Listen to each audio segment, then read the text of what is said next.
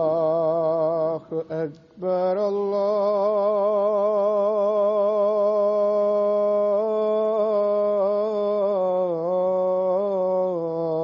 الله أكبر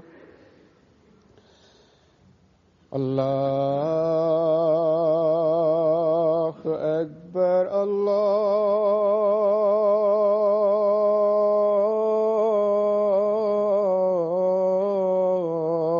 الله أكبر أشهد أن لا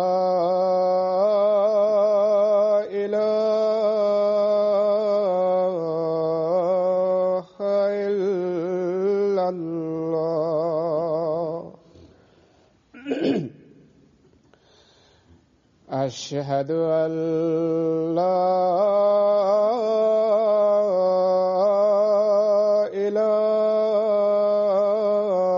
إله إلا الله أشهد أن محمدا رسول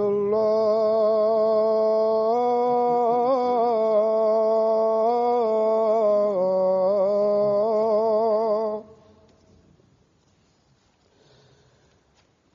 أشهد أن محمدا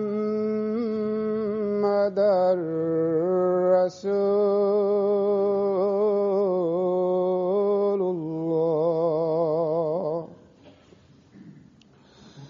حي على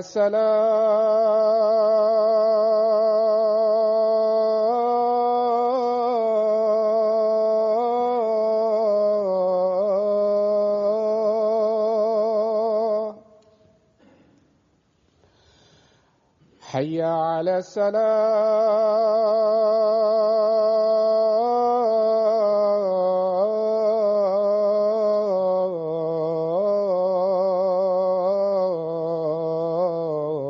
الصلاة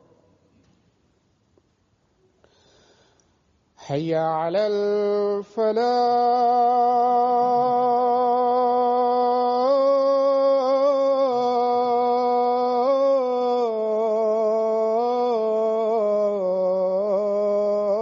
الفلاح حي على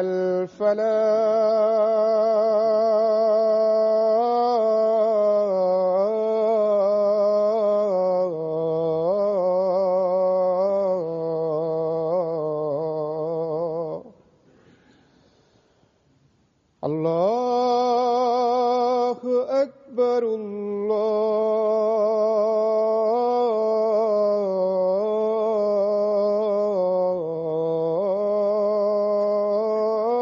الله أكبر لا إله إلا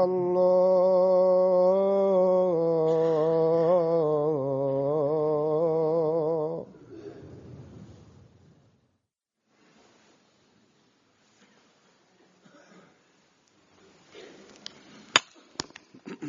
السلام عليكم ورحمة الله.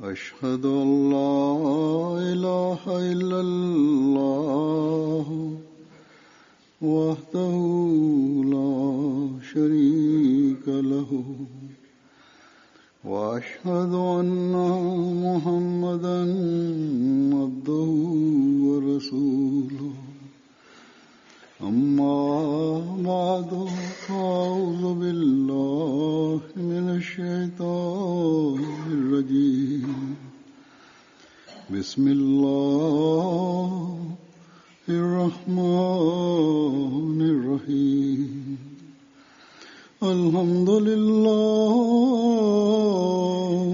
رب العالمين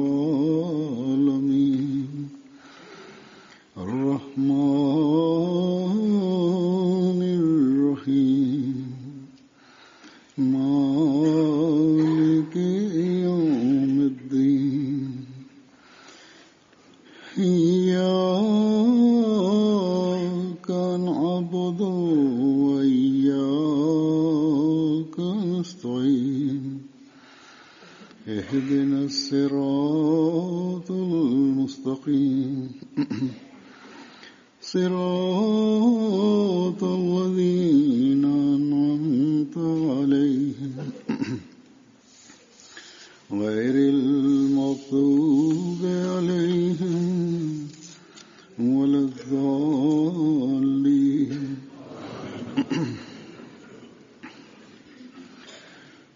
गुज़श्ता जुमे में मैंने Bismillahirrahmanirrahim. Huzur kaže da je u zadnjoj hudbi petkom govorio o pretkazanju u pogledu Hazreti Muslima Auda radijallahu anhu i u vezi s ovim Huzur kaže ja sam spomenuo da je u ovom pretkazanju rečeno da će on biti ispunjen svjetskim i duhovnim znanjem i također sam spomenuo njegovo razumijevanje shvatanja časnog Kur'ana i kako je opisao prefinjene tačke časnog Kur'ana i značenja. Ovo je nešto što je otvoreno spomenuto. I ja sam ovo spomenuo. I jako je mnogo njegovih ostvarenja i dostignuća. Oni su tako ogromni da ovaj predmet možemo nastaviti govoriti o njemu nekoliko mjeseci. I očito, naravno, nije moguće da spomenemo sve to. Međutim, jedna stvar koju sam želio da spomenu u posljednjoj hudbi petkom, ali nisam mogao zbog kratkoće vremena, želim danas da spomenem tu tačku. Ova stvar, ovo je o događaju koji se dogodio prije 90 godina i odnosi se na grad London, vezani za grad London i mnogi ljudi će biti upoznati s tim da je septembra 1924. održana je religijska konferencija kojoj je prisustvovao Hazreti Kalifatul Mesih II. Lično, znači Mesih Maud, Hazreti Mirza Bashir Mahmud Ahmad. Mi sada imamo kontakte svoje u džematu i isto tako proganjanje koje je počinje protiv Ahmedi muslimana i zbog toga mnogi organizacije koje se bore za ljudska prava, one uvijek nadgledaju i paze na to i znaju o nama i zbog ovih odnosa koje mi imamo i koji ljudi koji znaju o nama i neki članovi parlamenta također znaju o nama i određeni slojevi društva gdje god mi se nalazimo, ne znaju o nama. Međutim, u to vrijeme sve te stvari nisu bile na raspolaganju. Međutim, uprkos toga, Allah dželešanuhu je stvorio posebnu atmosferu i Allah lično i tako da je komitet za organiziranje tražili su od muslima da dođe u London i kaže nešto o religiji islama. Tako da je ovo bilo nešto što je nosilo posebnu potporu i pomoć Allahu uprkos svim ovim uvjetima. Stanje džemata u to vrijeme financijski kako je bilo, oni doveo delegaciju od 11 ljudi sa sobom. Ovo nije bila obična stvar.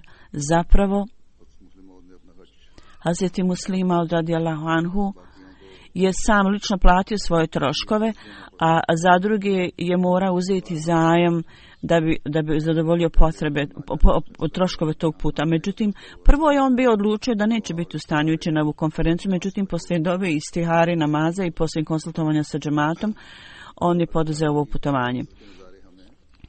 I mi vidimo primjere Allahove pomoći i potpore koju je dao u toku ovog putovanja. Ovo je bilo prvo ikada putovanje u Evropu Hazreti Kalifatul Mesiha II. Kao arapske zemlje, Sirija, Palestina i druge su također bile uključene.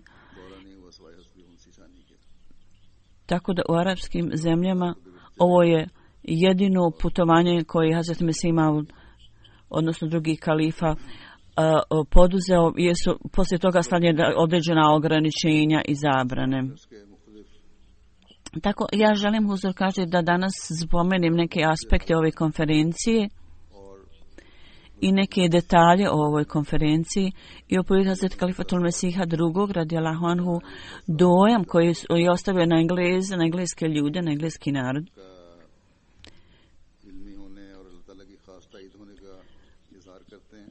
dok ova spominjanja govore da je on vrlo učena, da je on bio učena osoba i da ima vezu sa Allahom dželešanuhu, ipak su i drugi su dojmovi izraženi. Ovi putovanje je obavljeno morem, tada se putovalo morem i trajalo nekoliko dana. Jedan dan Hazreti Muslima Maud radijallahu anhu, drugi halifa, skupa sa svojim ashabima, on klanjao je namaz u džematu na palubi broda u prvog i drugog razreda. Poslije namaza on je sjeo i njegove ashabi su bile oko njega. Tako da jedan doktor iz bolnice koji je bio Italijan, on je prošao pored njih i kad je vidio ove ljude kako sjedi tamo, on je spontano rekao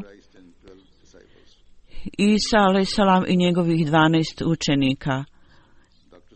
Podsjetilo ga je to na Isa a.s. i njegovih 12 učenika.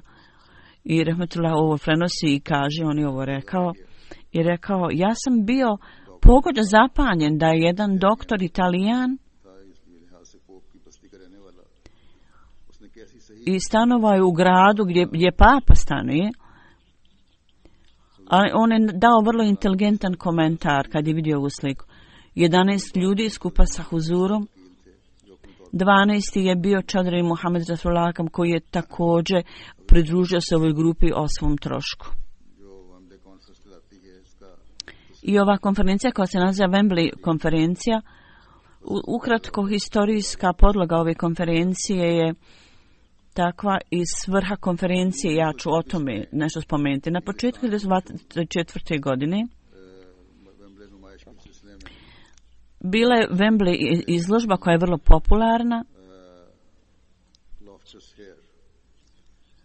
i organizatori ove izložbe su predložili da skupa sa izložbom treba da bude održana jedna svjetska konferencija u kojoj ljudi, narod iz Britanske imperije, iz kolonija i nekoliko zemalja, da dođu ti religijski predstavnici i da oni da dođu tako da učestvuju u ovoj konferenciji, da objasne svrhe, principe svoje religije. Tako da su organizatori ove izložbe, u kojima su bili orientalisti, oni su se složili s ovim prijedlogom i mišljenjem i London univerzitet, odjeljenje za škola orijentalnih studija, pod nadzorom tog odjeljenja formulisani komitet da se prati i da se organizuje cijela konferencija. Tako da su odredili gdje će se održavati ovaj miting i 22. septembra do 3. oktobra poslavljen je datum u tom vremenu.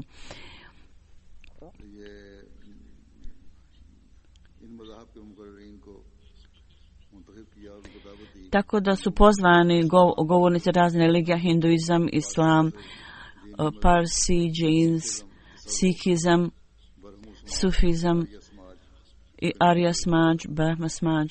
To su razne sekte. Dakle, ljudi iz svih ovih religija su pozvani da dođu i da govore.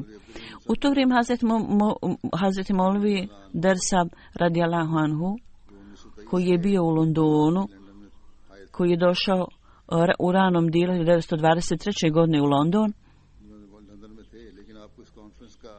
On je bio znači u Londonu, međutim nije znao o ovoj konferenciji kad je već ustanovljen komitet i neki dio organizacije i pola godine 24. je već prošlo. Negdje on sjedio i neko je slučajno spomenuo ispred ovog misionara Ahmedija džemata koji je tada bio u Londonu.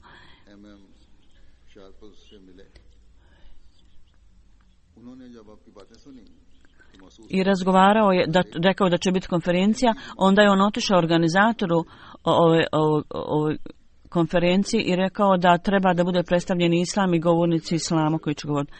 Tako kad je on ovo spomenuo komitetu, ovom odboru, gospodin Thomas O'Neill bio je zamjenik predsjedavajući. On je također istakao da u pogledu govornika treba da konsultujemo ovog našeg misionara. On je spomenuo njegovo ime koji je bio u Londonu. On je bio vrlo impresioniran time. Mi sada, Huzur kaže, gubimo nadu da se ništa ne može uraditi. Međutim, nakon što je ovdje bilo skoro sve urađeno i odbor i organizacija, on ipak otišao predsjedavajućem konferenciji i tamo dobio da slaganje i oni su prihvatili njegov prijedlog da islam bude predstavljen. On je predložio ko može govoriti u islama i rekao je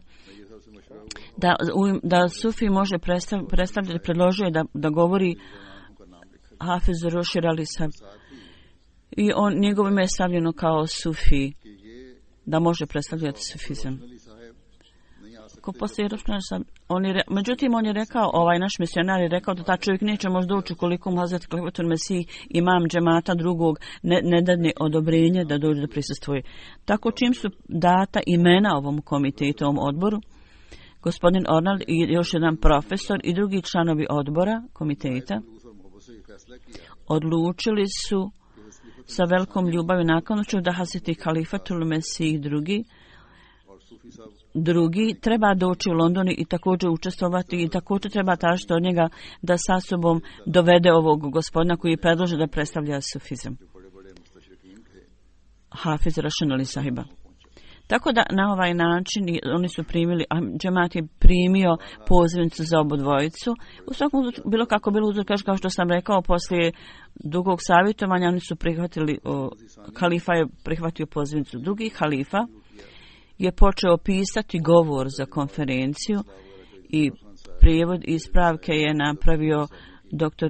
Chaudhry Zafrullah Khan i Maulni Ali Sahab i još jedan gospodin. I članak koji je on napisao, koji je drugi halifa napisao, za govor je bio vrlo dugačak, međutim, i nije bilo moguće pročitati sve to zbog kratkoće vremena, a opisati samo kratki sadržaj toga nije bilo prikladno, tako da su odlučili da drugi halifa napiše ponovo govor. Tako da je novi govor napisao drugi halifa i onda je to bilo prevedeno. U svakom slučaju, on je krenuo na put, drugi halifa, 23. septembra 1924. Tog dana je započela konferencija. Ovo je u historiji Europe bio vrlo zlatni dan kad je održana Wembley konferencija. Hazret Khalifatul Mesih II napisao prekrasan govor koji je trebao biti tamo pročitan. I njegovim čitanjem Islam i Ahmedijat su postali vrlo popularni. I poruka Islama i Ahmedijata je prenesena ljudima na ispravan način. I ova vizija obećanog Mesija alejhi selama u pogledu njegovog govora da će on dati govor u Londonu, imao je kako imao viziju i san, to je bilo ispunjeno time. On je spomenuo da su ljudi s takvom 2,5 sata slušali o islamu, oni su sjedili, bilo je, nema atmosfera. Dok on njegov govor nije došao, ljudi ne samo da nisu sjedili na svojim mjestima, nego su kad je počeo njegov govor, oni su sjedili i drugi ljudi su još počeli dolaziti u salu i bila je puna sala ispunjena do zadnjeg. Međutim, prije toga nijedno predavanje nije imalo toliko prisutnih. Morrison je bio predsjedavajući ove konferencije, ovog dijela. On je predstavio Khalifatul Mesiha II. I onda sa velikim osjećajem poštovanja i časti tražio od njega da govori. Na to je Hazret Khalifatul Mesih II. Koji je bio skupa sa svojim ashabima, oni su govorili na bini svi. On je ustao i na engleskom se kratko obratio publici. Rekao: o moje braćo i sestre, ja izražam zahvalnost Allahu da Allah dželešanhu je meni dao dao ovo misao u srce organizatora da razmišljaju o pitanju Boga i o religiji i da razmisli o tome koja religija treba da bude prihvaćena. I onda je rekao, ja želim da kažem Čadri Zafrullah Khan da dođe da pročita moj govor i rekao ja nisam vješt da čitam šta god pišem, obično tražim od drugih jer ja obično govorim po 6 sati. I rekao, predmet religije nije ograničena samo na ovaj svijet, nego zapravo se produžava u životu poslije smrti. I sreća, zadovoljstvo osobe je vezana za religiju. Zato vas molim da se zamislite na tim i ja se nadam da ćete vrlo pažljivo slušati. U svakom slučaju, Čadri Zafrullah Khan je govorio oko otprilike 1 sat. On je toliko mu je trebalo vremena da pročita na vrlo dostojanstven način i vrlo riječit način on je pročitao ovaj govor.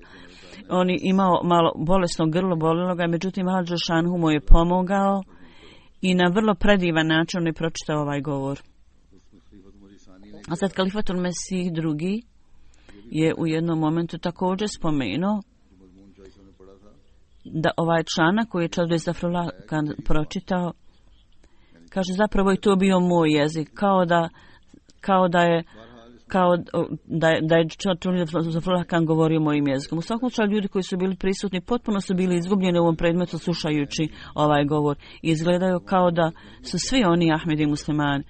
Oni su tako s potpunom predanošću slušali i sjedili. O islamu, nešto što je spomenuto, nekim ljudima je to bilo novo i neki ljudi su poskočili u svoje stolice od uzbuđenja. Svi predmeti su spomenuti vrlo jasno bili u govoru. I ne samo muškarci, nego su i žene vrlo pažljivo slušale i poslije 1 sata govor je završen i ljudi su sa velikim uzbuđenjem poljeskali da pokažu svoje poštovanje i cijenili su to. Predsjedavajući je morao da sačeka nekoliko minuta da počne sljedeća tačka programa. Ovo je spomenuto u 9. tomu Anvarul knjigama. Na ovom predmetu Hazreti Kalifatul Mesih II prvo je spomenuo o dolasku obećanog Mesije i osnivanju Ahmedija džemata 1989. godine i onda je rekao da tvrdnja obećanog Mesija alejhi selama je bila da je on Mehdi, od kojem je predskazanje dao časni poslanik i također je on tvrdio da je Mesija. Predskazanje o tome je bilo u Inđilu i Novom testamentu i također u islamskim knjigama. I zbog njegove tvrdnje sa svake strane on se suočio sa opozicijom. Muslimanska ulema, oni su mu se suprotstavljali vrlo snažno i oštro, međutim uprkos svega toga oko njega su se počeli ljudi okupljati i Allahovom milošću tu je bila zajednica. Onda je ova zajednica se raširila u razne dijelove svijeta sa velikom uzvišenošću. Ja ću samo spomenuti kratki sadržaj ovog predmeta. Ne samo kratki sadržaj, nego možemo reći vrlo ukratko ove tačke razne. Iako je ovaj članak vrlo kratak, međutim, treba 1 sat da se to pročita. I on je govorio o Ahmedijatu, istinskom islamu. U svakom slučaju, on je poslije toga rekao da je poslije smrti obećanog Mesija alejhi selamu utemeljen sistem halifata i da se ova misija nastavlja i da su škole otvorene za Ahmedi muslimane gdje god su Ahmedi muslimani osnovani i ljudi svih religija počinju da dolaze u ovu zajednicu. I onda je spomenuo da Hazreti Mesih Maud alejhi selam je učinio jasnim potrebu za obećanom Mesijom i obećanim Mesijom i reformatom za ovo doba. On je spomenuo tu potrebu jer je rekao ovo je to vrijeme koje očajno treba reformatora. Jer stanje ovog vremena je takvo da mora biti neki reformator u ovo vrijeme, a to je bio ono o čemu je predskazanje govorilo i ono se ispunilo. Također rekao obećani Mesija alejhi selam rekao da Allah dželešanuhu govori svojim odabranim i voljenim ljudima i dragim ljudima. Allah je milostiv i sažaljiv. Šaljući obećanog Mesiju u ovo doba, on je napravio aranžman za reformu ovog doba, za narod, ljude ovog doba. Hazreti Mesih Maud alejhi selam je govorio o postojanju Boga i o uvjerenju, uvjerovanje da postoji Bog, osnivanjem odnosa s Bogom. On je dao dokaz ovog živog Boga u ovo vrijeme i ovo doba. I on je također spomenuo, ako postoji i jedna religija, ako ne može, ako nije u stanju da učini, da ljude učini da razumiju Boga i da spoznaju Boga, onda ta religija nije stvarna religija. Onda je spomenuo položaj poslanika i također odnos svakog pojedinca sa Allahom, tako da oni trebaju da uvijek pravi duhovni napredak. I također je objasnio da Hazreti Mesih Maud alejhi selam je istakao sa velikom mudrošću i vidovitošću da časni Kur'an, iako je zadnja i konačna poruka od Boga, međutim to ne znači da ljudi su došli do najviše tačke u mentalnom napretku. Međutim, ljepota toga što je savršena knjiga Kur'an je u tome da je to beskrajno jedno more riznice znanja, skrivenih riznica znanja. I svako ko je ozbiljano o tome, ko traga za njim, istražuju i iskreno tragaju i istražuju, oni stiču duhovni napredak i isto tako stiču također drugo duhovno i svjetsko znanje. Jer Kur'an daje sve, zadovoljava sve potrebe u skladu sa zahtjevima tih ljudi, onda ljudi stiču te nivoje. I rekao je da časni Kur'an odbija optužbe da se islam širio sabljom. On je predstavio ajet koji kaže nema prinude u religiji, u vjeri.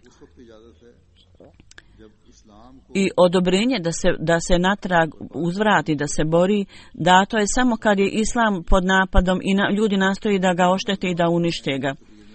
I razne teme je on spomenuo, na primjer ropstvo, kao što sam danas spomenuo u ovom govoru.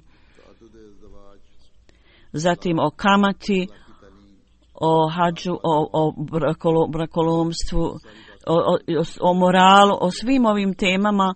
On je rekao kakav je islam, gledište islama, on je spomenuo sve u tom govoru ukratko. Onda je dao dokaze istinitosti obećanog Mesija alejhi selama i da su pokazani u potporu njemu nebeski znakovi, pomračenje sunca i mjeseca. Onda Hazreti Muslima radijallahu anhu, drugi halifa, i u ovom govoru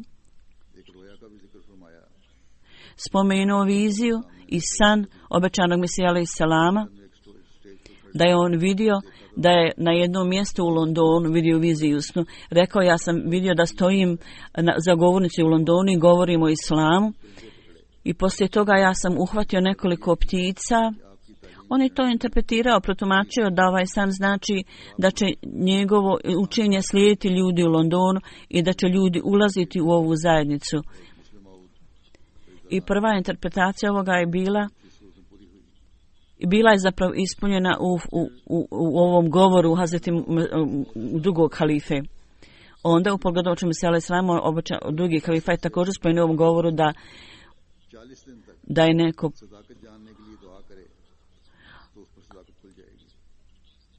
ako neko moli Allaha 40 dana za neku informaciju da mu Allah otvori istinu, onda će njemu biti pokazana istina poslije 40 dana obraćanja Allahu.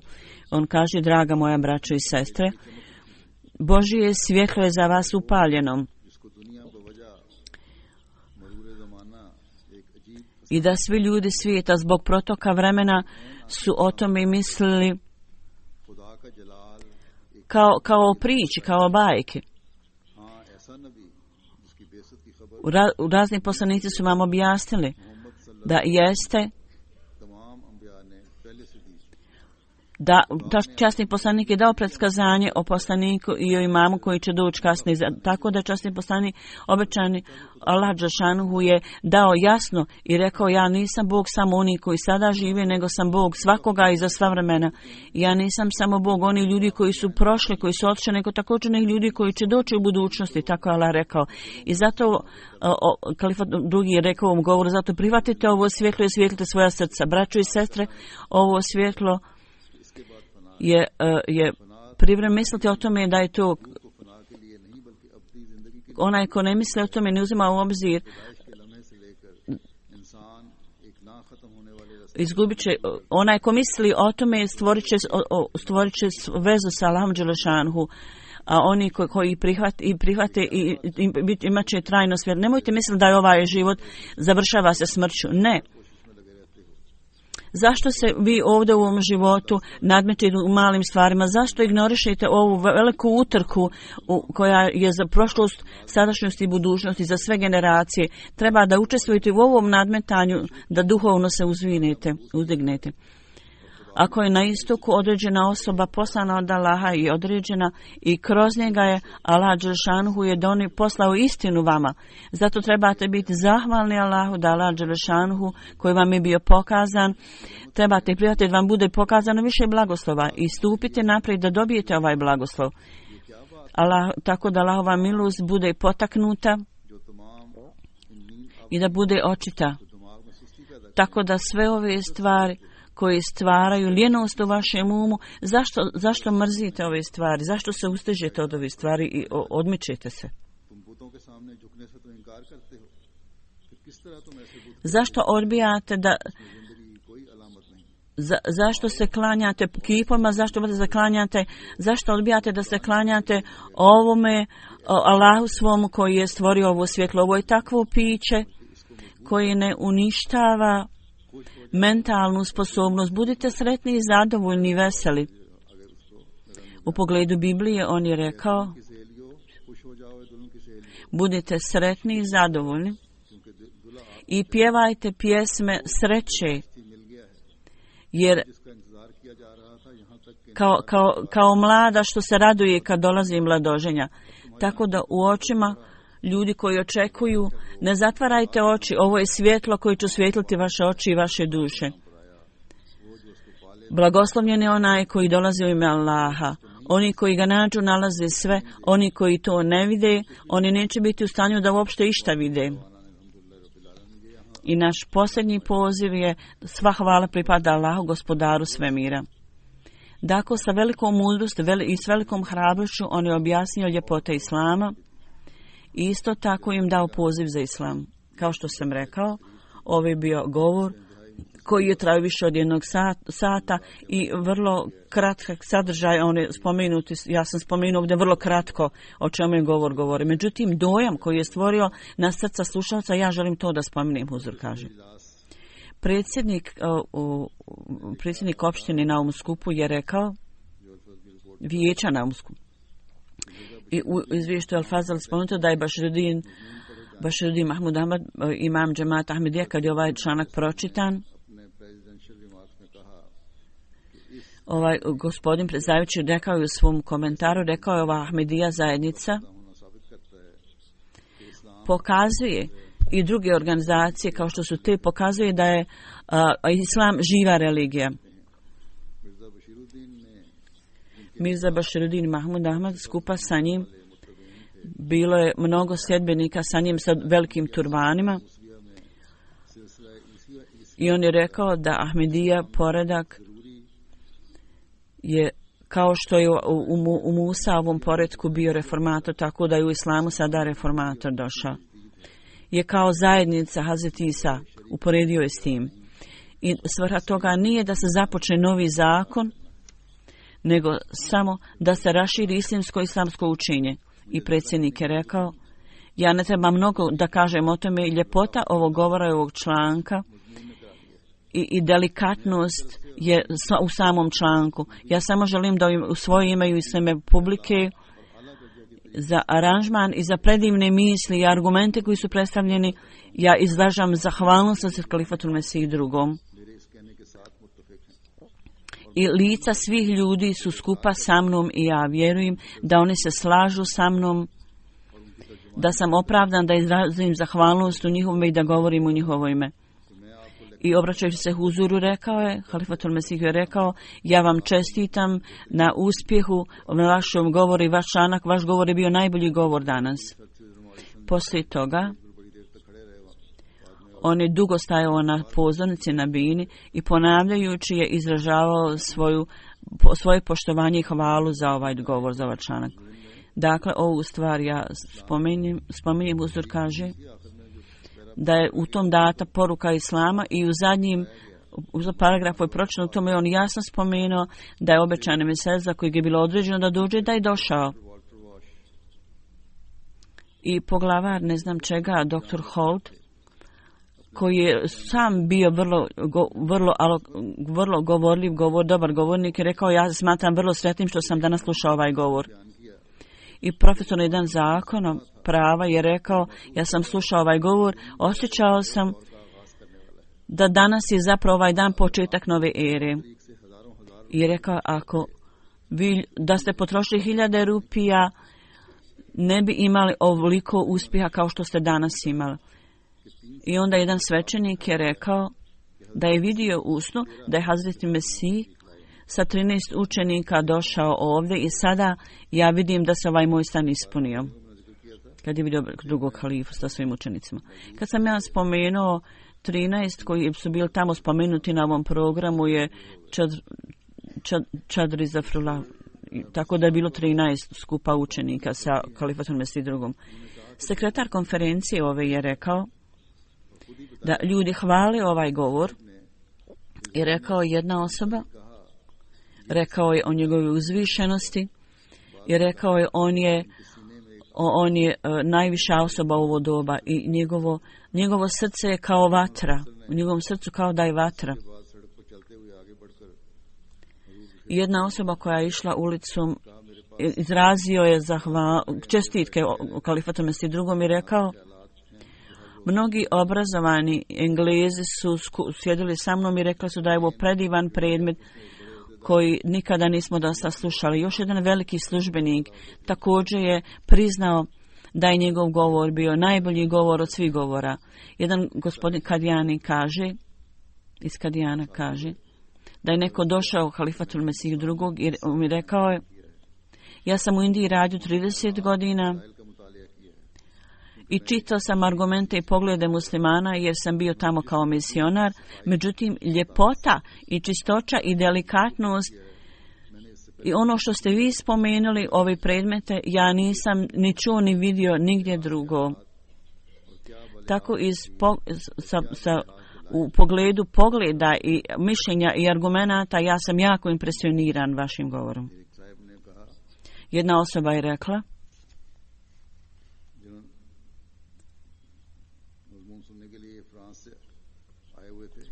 koji je došao iz Francuske da sluša ovaj govor, rekao ja sam prije davao prednost kršćanstvu nad islamom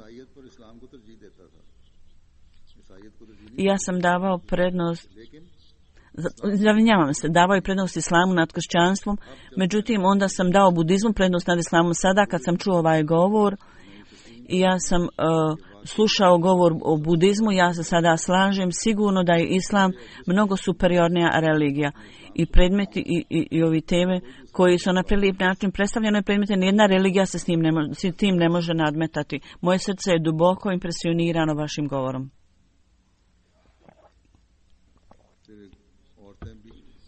Onda tu su bile također mnogo žena je bilo. One su također hvalile ovaj članak. Jedna je rekla da neko je rekao toj gospođi da je kao da je vatra u njegovom srcu, u srcu Kalifatul Mesiha drugog.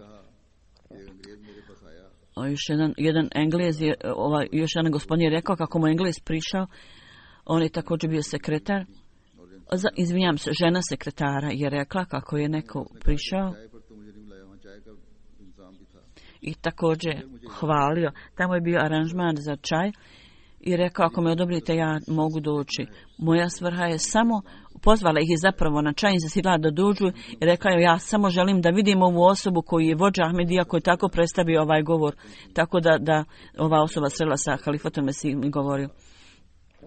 Mubarak Sab je rekao ja sam slušao govor o budizmu i druge govore, međutim ovo je bio najbolji od svih govora. Jedna osoba koji je bio profesor u to vrijeme Dok je izlazio, rekao je otprilike isto što je već bilo rečeno i on je čestitao Kalifatul Mesiju drugom i rekao, mnogo Engleza je sjedilo sa mnom i neki su stavljali ruke na kravate i govorili veličanstvena ideja. Ovo su bile vrlo pročišćene misli i vrlo važne izjave i tvrdnje. I neki ljudi su, kaže, govorili kako predivan i istinit princip ili predstavnik. Oni predstavljaju svoje vlastito mišljenje u ovim riječima da ova prilika je skretnica za Ahmed i muslimane. Ovo je takva pobjeda da ste potrošili 1000 funti, ne biste to ostvarili, ne biste ostvarili ovakvo dostignuće i ovakav uspjeh. Mr. Lin iz službe indijska neka služba. On je također došao na predavanje, njegova žena nije bila prisutna tog dana. On je spomenuo svoje žene u ovom predavanju i također je spomenuo članove delegacije i rekao da nije mogao doći prethodni dan. Ona nije rekla da nije mogao doći, ali moj muž mi je rekao da je vrlo dobar primalo vaš govor, da je bio vrlo dobar. Ova žena je bila ateista i ona je rekla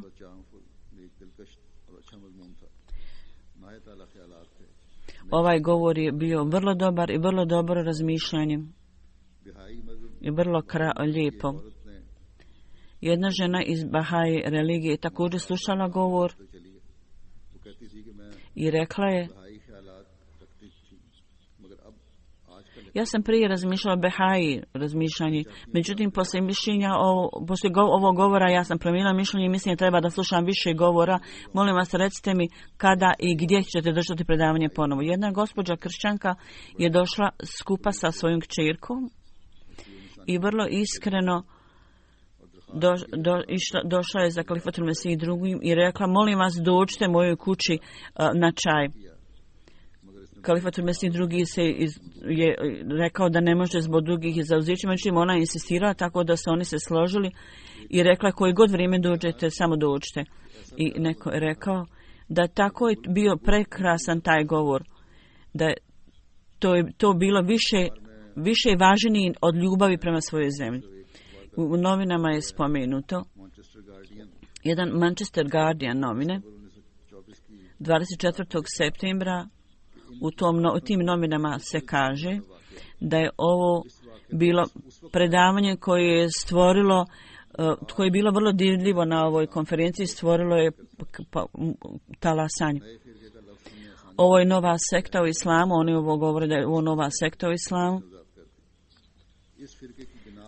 I on je rekao, a međutim ovi ljudi ne vjeruju da su oni neka nova sekta.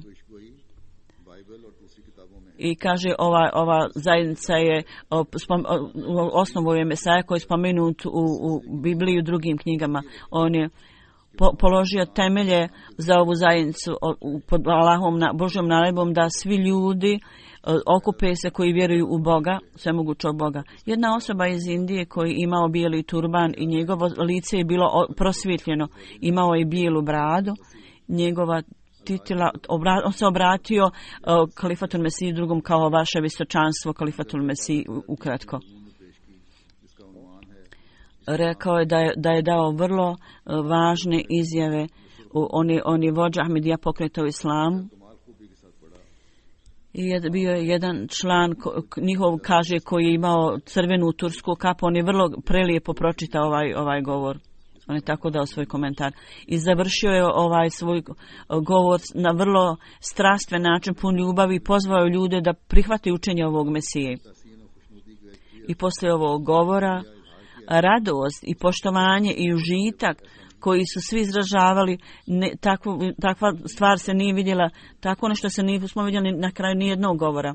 Ovaj drugi komentator kaže, u ovom govoru je predstavljena rezolucija i jedinstveno su ljudi slažu da takvo učen takav govor, trebamo se zahvaliti za takav govor i za takvo učeno predavanje. Jedan svećenik koji je bio na ovom predavanju došao u našu kuću i gdje god su išao, on je tamo išao On je bio veoma impresioniran. Rekao je da je bio neko ko je poskakao iz svoje stolice zbog uzbuđenja i rekao je: ja ću propovijedati ovu tačku, ovo gledište Islama. I knjige koje su govorile o učenju Islama, kaže, on je rekao: ja ću propovijedati na temelju ovoga. Dakle, ovaj govor koji je pročitan i članak koji je prije predstavljen, koji je prije napisan, ali nije mogao biti pročitan zbog dužine, oba ova govora su na engleskom prevedena i treba da to čitate i imaju i negdje u misionarskim kućama i tu su detalji misionarske kuće i ostali. Međutim, sada Allahovom milošću džemat je jako napredovao. Međutim, ljepota ovog govora je znanje koje je u ovom govoru i druge stvari su tamo spomenute. Sve se tamo nalazi. Tako da ljudi koji govore engleski i mladi moraju to čitati. Allah Đelešanuhu je dao ogromnu blagoslove Hazreti Muslih Mauda. O svim ovim predmetima on nam je ostavio na sve ove teme skrivenu riznicu znanja za nas. El Fazla fondacija također treba da prevedu ove govore na razne jezike. Neki od njih su pravi prevode, međutim ovo trebaju ubrzati ovaj rad. Danas poslije džume namaza ja ću klanjati dženazu namaz u odsustvu za Kamal Ahmed Kuru sahiba iz Danske. 1942. je bio rođen i diplomirao je na univerzitetu i bio je predavač na razne teme o religijama, bio je student. Kad je bio student prihvatio islam i bio je jedan od studenata jednog Ahmedi, tako je dobio poruku Islama Ahmedijata. 1960. godine koji je bio tamo misionar, on je primio Ahmedijat, prihvatio Ahmedijat te godine. On je bio sretan da sretan primi i do smrti imao je vrlo snažnu vezu sa halifom i sa halifatom i bio je veoma odan. Imao je veliku ljubav.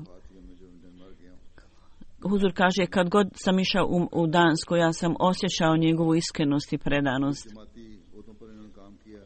On je radio u raznim službama u džematu i nacionalni sekretar za tabligh i nekoliko godina je neprestano obavljao svoje zadatke sa velikom predanošću i odanošću. On je volio da prenosi poruku, on je uručivao poruku ljudima u Danskoj. Njegova žena kaže da kad bi završio dužnost, on bi sjeo i da planira za naredni sastanak i u pola noći bi dao izvještaj Mir sahabu i onda bi išao u krevet. Ima mnogo prijatelja i ima vrlo dobre odnose sa mnogim ljudima. U Danskoj 1888. kad je ovaj čovjek koji prenosi ovo bio misionar na dužnosti, kaže da sa velikom predanošću i odanošću, pogotovo da je nju za širenje poruke, on je jako vrijedno i odano radio i također i u drugim zadacima. I on je glavnom ministru Danske dao prevod Kur'ana. On je zapravo uređivao za ove naše sastanke i susret. Osim toga, za omladinu i za djecu, radi njihovog odgoja u Mehdžid Nusret, on je svaki petka uveče održavao skup u kojem je davao odgovore na razne pitanje koje bi dječaci iznosili i govorio o predmetu njihovog interesa. On je pročitao jako mnogo i preveo mnogo knjiga, također preveo neke knjige džemata. Filozofiju učenja islama na danski je preveo i magazine razne preveo je na danski jezik.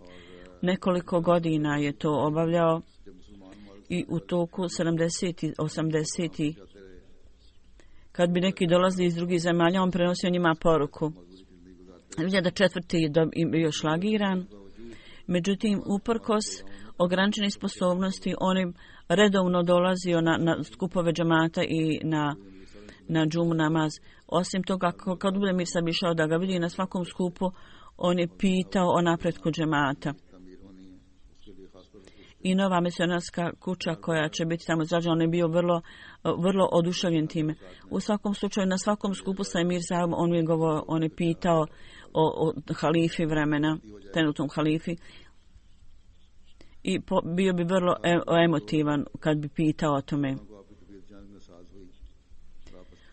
18. februara on bio odvezen u bolnicu, otišao u bolnicu i poslije toga je umro sa 73 godine. Inna lillahi wa inna ilaihi rađiun.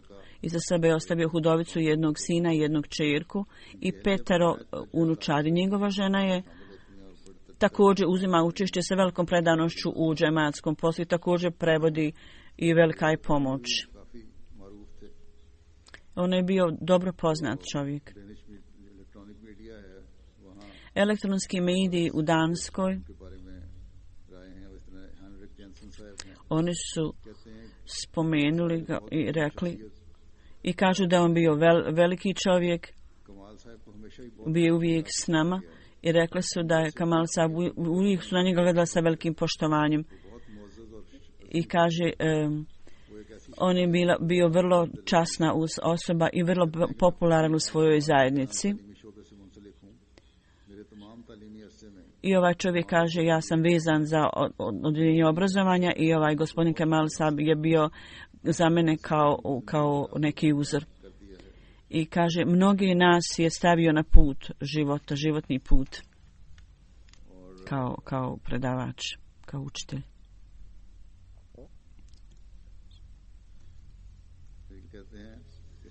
I kaže, svi ljudi troše svoj život, ali je samo mali broj oni koji su našli ovu tačkovu stavku, da treba da razumiju tajnu života poslije smrti, poslije ovog života. I onda jedna gospođa kaže da je Kamal Korosa bio takav učitelj kojeg niko ne može zaboraviti.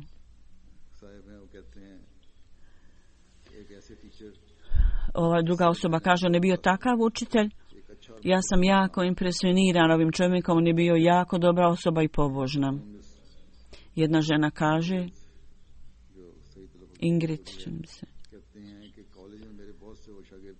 kaže, bio je nekoliko mojih studenata na koledžu i njegovih studenata također, oni su spominjali o njemu sa velikim poštovanjem. I na temu religije, oni studenti koji su bili njegovi studenti, uvijek ga se sjećaju i spominju ga.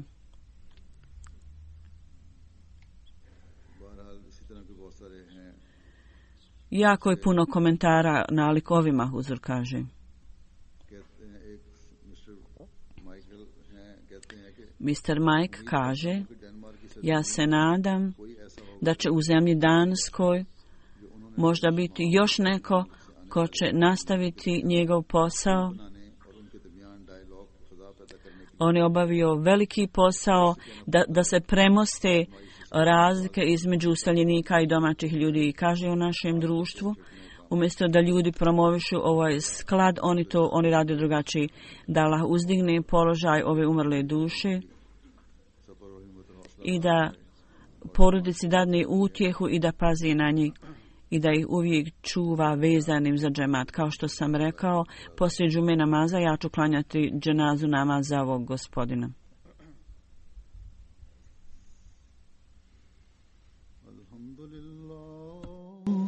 Alhamdulillah, nahmaduhu wa nasta'inuhu wa nastaghfiruhu wa nu'minu bihi wa natawakkalu alayhi wa na'udhu billahi min shururi anfusina wa min sayyiati a'malina.